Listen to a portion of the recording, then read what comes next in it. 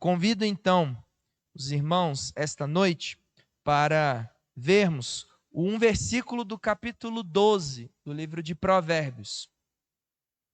Essa noite nós vamos tratar então sobre uma outra prática que Deus considera abominável, como está escrito aqui, mas essa nós já somos familiarizados.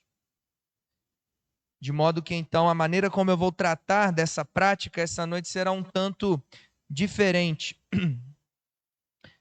Mas para isso precisamos ler o texto base, Provérbios capítulo 12, verso de número 22. Apenas um versículo.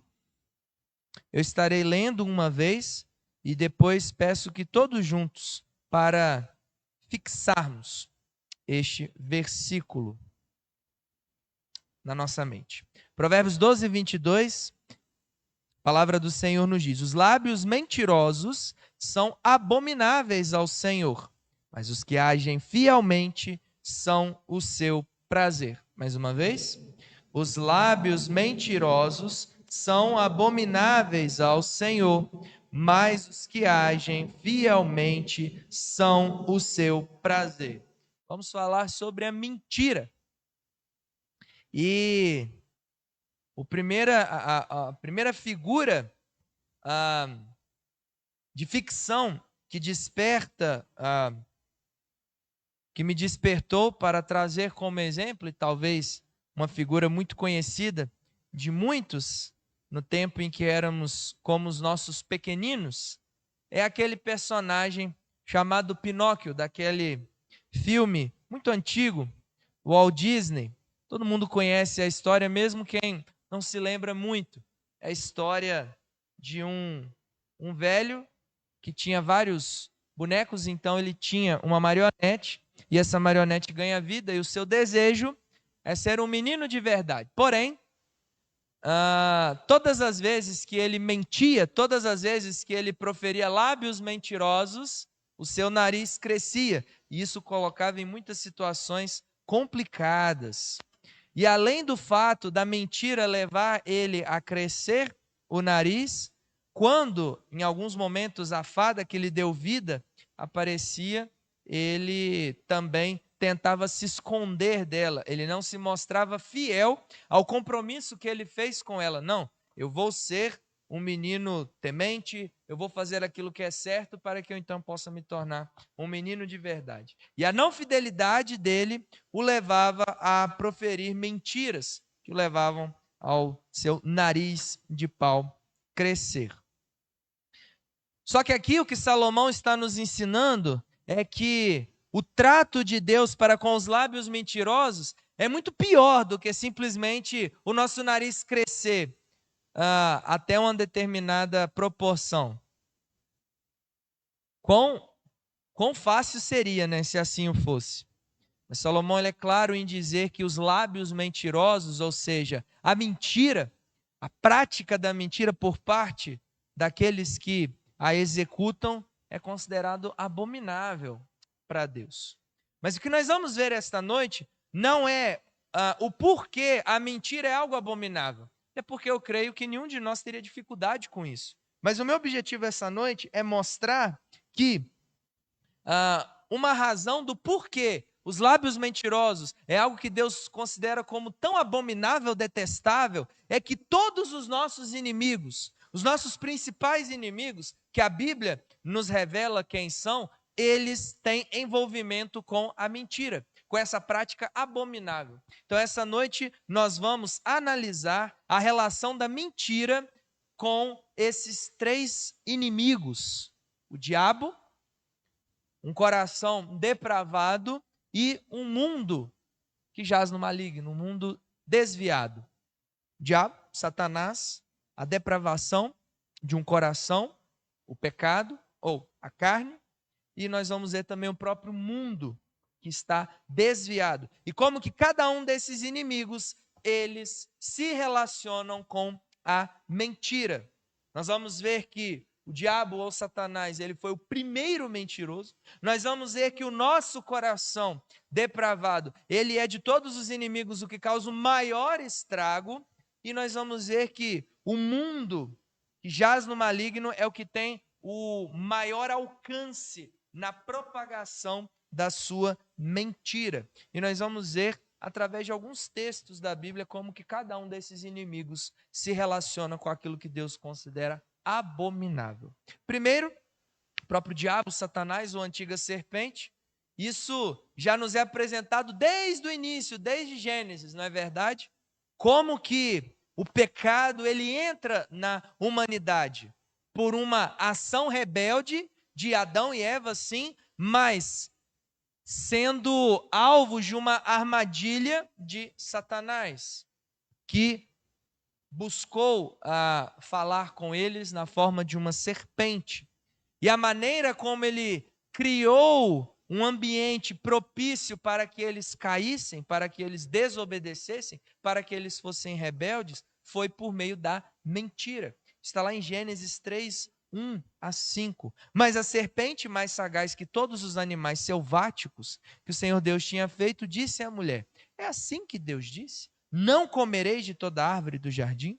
Respondeu-lhe a mulher: do fruto das árvores do jardim podemos comer, mas do fruto da árvore que está no meio do jardim, disse Deus: dele não comereis, nem tocareis nele, para que não morrais. Então a serpente disse à mulher: é certo que não morrereis, porque Deus sabe que no dia em que dele comerdes se vos abrirão os olhos, e como Deus sereis conhecedores do bem e do mal. Ou seja, a maneira como Satanás, o diabo, engana o primeiro homem, a primeira mulher, o primeiro casal, para que então o pecado tivesse a sua gênese no mundo, a gênese do pecado, foi por meio da mentira. E as maiores, piores, mais sutis mentiras são aquelas que são meias verdades. E a maneira como Satanás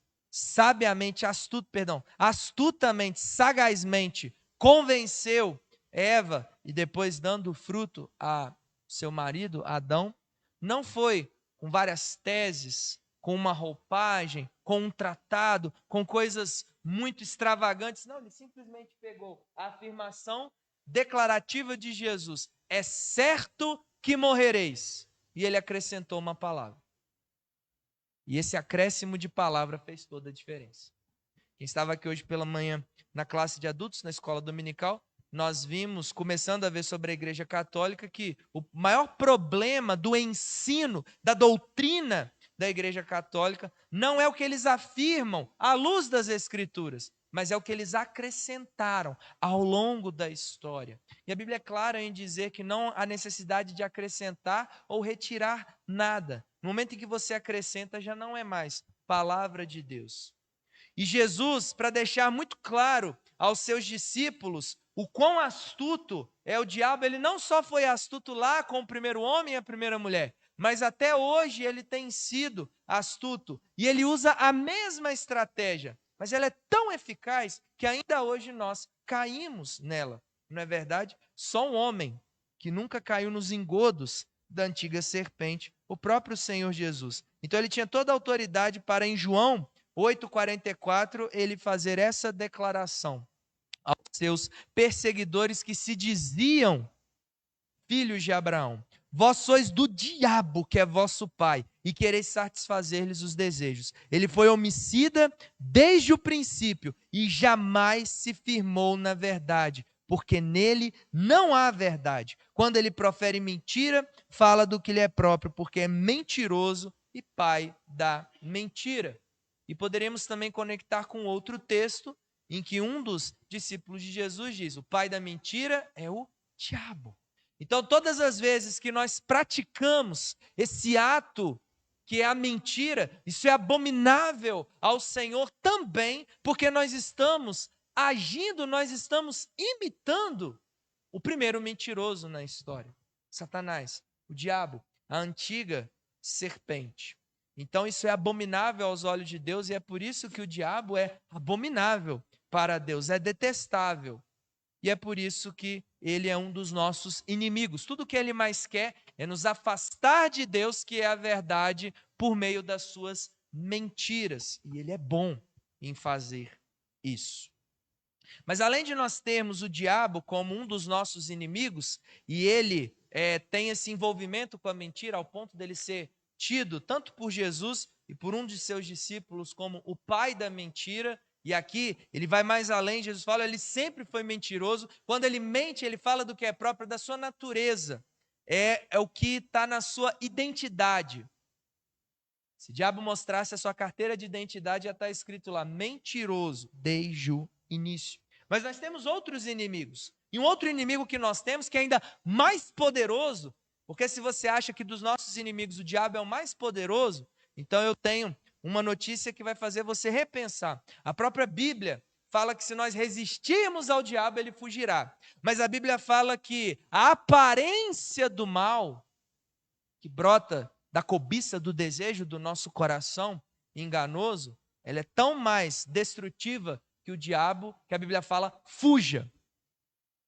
No caso do diabo, é ele que foge, quando nós resistimos a ele, no poder do Espírito Santo de Deus.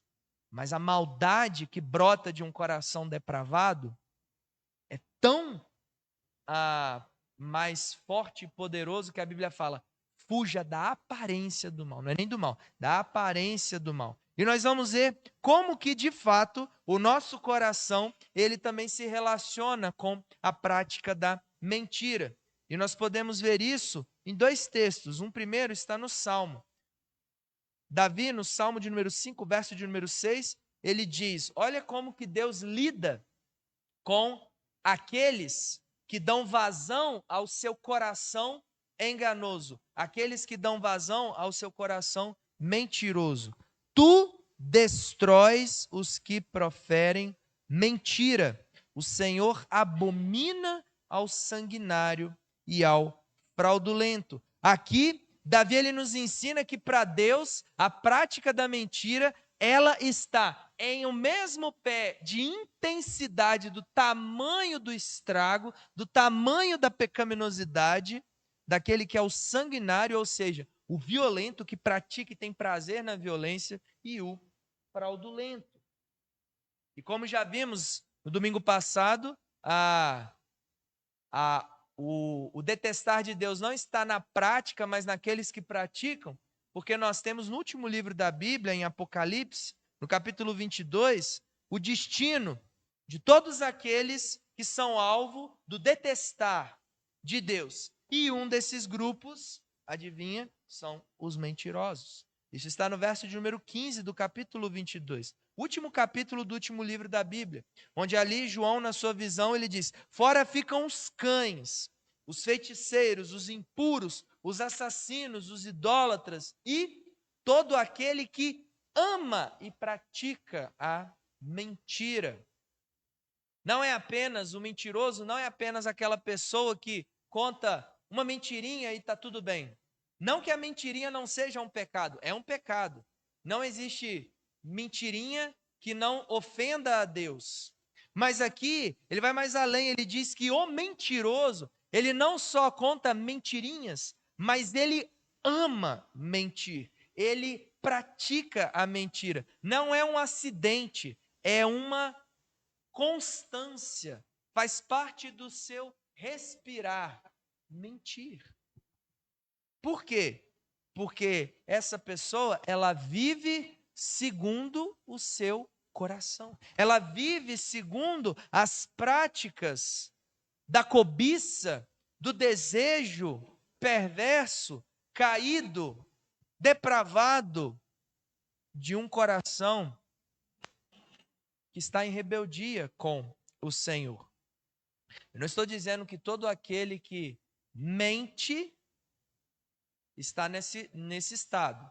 Por isso que João é muito claro em dizer, quem ama e pratica mentira. Porque aqueles que foram lavados e remidos pelo sangue do Cordeiro, são passivos do pecado da mentira, mas eles não mais passarão a amar e praticar a mentira. A mentira, como qualquer pecado, como qualquer prática abominável para Deus, é um acidente, não é uma constância.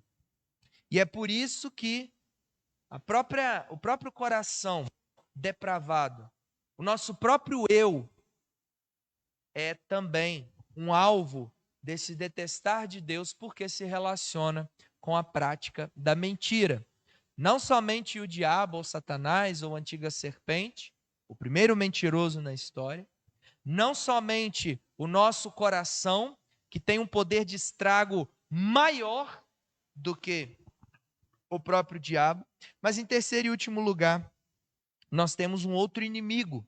Esse outro inimigo, ele é mais difícil de identificar, porque o diabo, nós sabemos que embora ele seja um ser espiritual, um anjo caído, a Bíblia fala dele, ele existe. No segundo caso, também não há dificuldade de identificar, porque basta você olhar para o espelho do seu banheiro ou do seu quarto. Ali está um inimigo, você, sua velha natureza. Mas em terceiro e último lugar, nós temos o mundo. O mundo já não é uma figura, o mundo não é uma pessoa, o mundo é uma estrutura. E estruturas, à primeira vista, são difíceis de identificar, mas também é um inimigo. A Bíblia fala do mundo que jaz no maligno. E aqui nós temos também instruções de como combater. Perdão, e nós vamos ler aqui como que esse sistema mundano, ele é desviado porque ele está mergulhado, ele bebe da mentira, dessa prática abominável a Deus. É por isso que nós temos em 1 João capítulo 4, verso de número 1, ele dizendo: amados, não deis crédito a qualquer espírito, antes provai os espíritos se procedem de Deus, porque muitos falsos profetas têm saído pelo mundo afora. Nós não conseguimos identificar a estrutura desse nosso inimigo, mas esse inimigo, ele tem os seus agentes. Os agentes do mundo, desse mundo desviado, desse mundo que despreza o Evangelho, que despreza Jesus, que despreza Deus encarnado, que despreza a palavra desse Deus, tem os seus agentes. E esses agentes nós conseguimos identificar pelo discernimento, que é um dom do Espírito Santo, que são os falsos profetas, com seus falsos ensinos. E aqui João, discípulo amado, ele está dando um alerta: olha, não aceite tudo sem estabelecer um juízo. A Bíblia não condena julgar as coisas, ou até mesmo pessoas. A Bíblia condena o juízo hipócrita. Mas nós temos sim que julgar tudo aquilo que nós ouvimos, tudo aquilo que nós virmos, e de todas as pessoas que nos falarem alguma coisa, mas qual que deve ser a norma? Qual que deve ser o nosso filtro? Qual que deve ser o nosso padrão para julgar aquilo que nós estamos vendo, ouvindo, assistindo ou com quem nós estamos nos relacionando? Já vimos que não é o nosso coração, porque ele é um dos nossos inimigos. Ele é enganoso. O profeta Jeremias diz que não há nada mais enganoso do que o coração. Ele é demasiadamente perverso. Por isso que ele é pior do que o diabo. Porque ele não só é perverso, ele é demasiadamente perverso. E ele te acompanha. Não tem como você fugir de você mesmo. Mas aqui também João, ele fala do perigo que esse inimigo tem. E esse inimigo é perigoso porque ele vende a mentira falando que é verdade. E não precisamos ser muito contextualizados no que tem acontecido na nossa cultura, na nossa sociedade nos últimos dias, para ver como que esse sistema ele está agindo, está atuando de várias maneiras. Basta você ligar a sua televisão, basta você acompanhar nas suas mídias, basta você conversar com alguém que você vai ser impactado por essa estrutura desse mundo caído que ainda jaz no maligno, por meio dos seus agentes, os falsos profetas. E eles são falsos porque eles ensinam mentira. Eles ensinam mentira como se fosse verdade. Citando mais uma vez a nossa turma, da classe de adultos, na nossa escola bíblica dominical, estudamos domingos atrás heresias. E uma das coisas que nós vimos é que a maioria desses seguidores, desses pensamentos que eram desvios da palavra de Deus, eram ensinamentos mentirosos, mas eles estavam achando, e muitos morreram na convicção equivocada, ingênua, insensata, de que estavam praticando a verdade. Esse é o perigo do mundo. Se o diabo ele é o primeiro, o mais antigo, se o nosso coração é o que tem o poder mais devastador com a mentira, o mundo é aquele que tem um alcance maior. Porque aonde há pessoas, ali há uma sociedade. Aonde há sociedade, ali a estrutura desse mundo desviado estará atuando de N maneiras, de N formas. Então Deus, ele considera todas essas coisas abomináveis, porque a mentira, ela está em total oposição à verdade. E ele sabe identificar quem está mentindo ou não, porque a Bíblia fala que ele é a verdade, dele vem a verdade, não é de nós. A verdade não está no senso comum. Não pense que a voz do povo é a voz de Deus. Isso é bonito na teoria, mas essa é mais de uma mentira que muitas pessoas nos ensinaram. Infelizmente, muitos de nós acabam aderindo, adequando e compartilhando sem perceber que não há relação nenhuma com aquele que é a verdade. Você quer saber se você está mentindo? Não olhe para você. Tampouco, obviamente, olhe para o diabo. E não olhe para o mundo. Não olhe para o senso comum. Não olhe para a cultura. Não olhe para pessoas. Olhe para a palavra de Deus. Olhe para a cruz de Cristo. Lá você terá a identificação se você está vivendo uma mentira, se você está praticando uma mentira, se você está usando os seus lábios, ainda que na sua cabeça você está pregando verdades, mas você na verdade está pregando mentiras. E muito cuidado, porque há muitas pessoas que usam jargões de crente, há muitas pessoas que se dizem crentes, que falam coisas que parecem fazer sentido, mas não há fundamento bíblico. E se não há fundamento bíblico, ainda que faça chover milagres, é maldito, é abominável para Deus. Não sou eu que estou dizendo isso, é a própria palavra de Deus por meio de Salomão. Mas o texto não fala apenas aquilo que Deus considera abominável. O texto também fala aquilo no qual Deus tem prazer, aquilo no qual Deus tem deleite. Eu acho muito bacana que aqui Salomão ele não fala que, olha, Deus considera os lábios mentirosos abomináveis, mas os que falam a verdade são seu prazer. Sabe por quê? Porque não basta apenas você ter a verdade. Porque às vezes você tem a verdade, mas você distorce essa verdade, achando que o seu papel é humilhar as pessoas que não têm essa verdade. E ao fazer isso, você tem a verdade, mas você não tem o favor de Deus, você não será agradável a Deus, você não terá de Deus o prazer, porque na verdade você pegou algo bom e corrompeu. Não basta apenas termos a verdade, não basta apenas conhecermos a verdade, precisamos viver essa verdade, precisamos nos relacionar com essa verdade e precisamos ser fiéis. Porque há muitas pessoas que conhecem o Evangelho, há muitas pessoas que cresceram e sabem o que é certo e o que é errado, mas não praticam. E só conhecer e só saber não adianta, sabe por quê? O diabo conhece a Bíblia. Inclusive, numa das tentações de Jesus no deserto, ele citou no Salmo. E eu ouso dizer, não se escandalize, que ele conhece mais textos bíblicos do que muitos cristãos. O problema é que ele não tem o discernimento, porque como o próprio Jesus disse aqui em João, no texto que nós lemos, ele é mentiroso. Ele é tão mentiroso que ele pega aquilo que é de mais verdadeiro nesse mundo, que é a palavra de Deus, e consegue transformar isso em uma mentira. E é por isso que Tiago, na sua carta, ele diz, olha, não basta apenas ser ouvinte da palavra. Não basta apenas ser ouvinte do Evangelho. Não basta apenas ser ouvinte da verdade. É necessário, porque você só pratica o que você conhece. E para conhecer, nós precisamos ouvir. Mas nós precisamos ouvir e praticar. Só que tem um problema, pastor.